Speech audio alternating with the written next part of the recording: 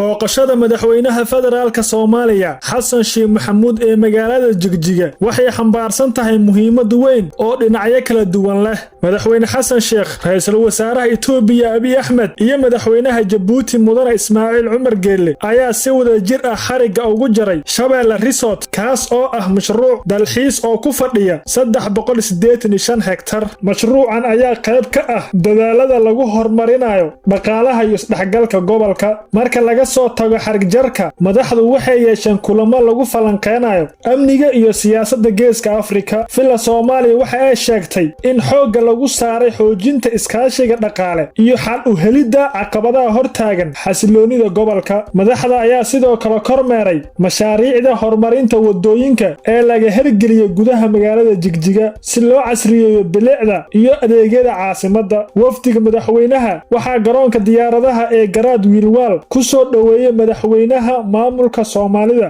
Mustafa Sheekh Cumar Cagjar iyo boqolaal dadweyne ah oo calanka Soomaaliya kor u hayay. Madaxweynaha waxaa safarka ku weheliyay mas'uuliyiin sarsare oo ka mid yahay ra'iisul wasaare ku-xigeenka dalka Saalax Axmed Jaamac. Booqashadan ayaa loo arkaa mid muhiim u ah xoojinta xiriirka diblomaasiyadeed ee ka dhaxeeya dalalka dariska ah iyo adkeynta wadajirka dadka Soomaaliyeed ee ku nool labada dhinac. Booqashada madaxweynaha ee Jigjiga markii loo fiiriyo dastuurka Soomaaliyeed waxay dhalisay dood weyn oo ku saabsan mustaqbalka iyo siyaasadda Geeska Afrika. Booqashadan waxay calaamad u tahay in dawladda hadda jirta ay ka guurayso loolankii dhuleed ee adkaa una guurayso iskaashi dhaqaale iyo dhaxalgal. Tani waxay muujinaysaa in mustaqbalka xoogga la saari doono ganacsiga iyo isku socodka dadka halkii laga heli lahaa xuduudo. Booqashada labaad ee madaxweyne Xasan Sheikh waxay xoojinaysaa aqoonsiga maamulka Mustafa Cagjar. Tani waxay horseedi kartaa in Jigjiga ay noqoto buundo xiriirisa Muqdisho iyo Addis Ababa, taas oo meesha ka saari karta shakigii hore u jiray, maadaama dad badan aaminsan yihiin in dhulkaas uu yahay mid ka mid ah ama qayb ka maqan Soomaaliya. Booqashadan waxay kicin kartaa dood sharciyeed iyo mid siyaasadeed oo ka dhalata gudaha Soomaaliya. Mucaaradka ayaa laga yaabaa inay u isticmaalaan in madaxweynuhu ka tanaasulay mabaadi'dii qarannimada.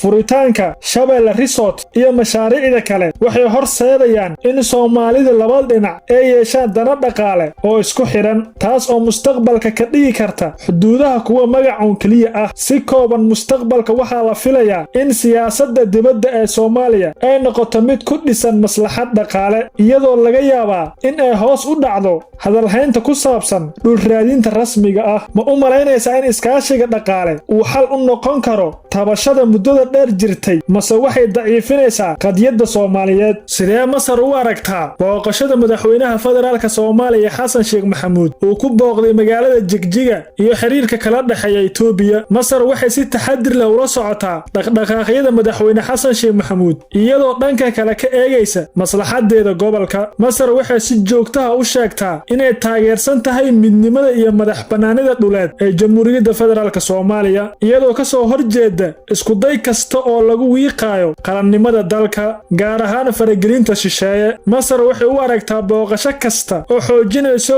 gacanta dawladda federaalka in ay tahay mid wanaagsan, maadaama ay ka walwalsan tahay saamaynta badda cas iyo aqoonsiga gobollada raba inay go'aan. Maadaama Masar ay ciidamo iyo qalab u soo dirtay Soomaaliya bilowgii 2026 si ay u difaacdo dawladda federaalka, waxay u aragtaa in mas'uuliyad ay ka saaran tahay ilaalinta xasiloonida dalka. Masar waxay u aragtaa baahinta fariimaha been abuurka ah ee ku saabsan socdaalka inay yihiin dadaalo lagu doonayo in lagu daciifiyo xiriirka istaraatiijiyada ku dhisan ee u dhaxeeya Qaahira iyo Muqdisho. Si kooban, Masar waxay taageeraysaa tallaabo kasta oo madaxweyne Xasan Sheikh Maxamuud ku xoojinaya saamaynta gobolka, balse aanan u adeegaynin damaca Itoobiya ee ku aadan badda cas iyo kala goynta midnimada Soomaaliya.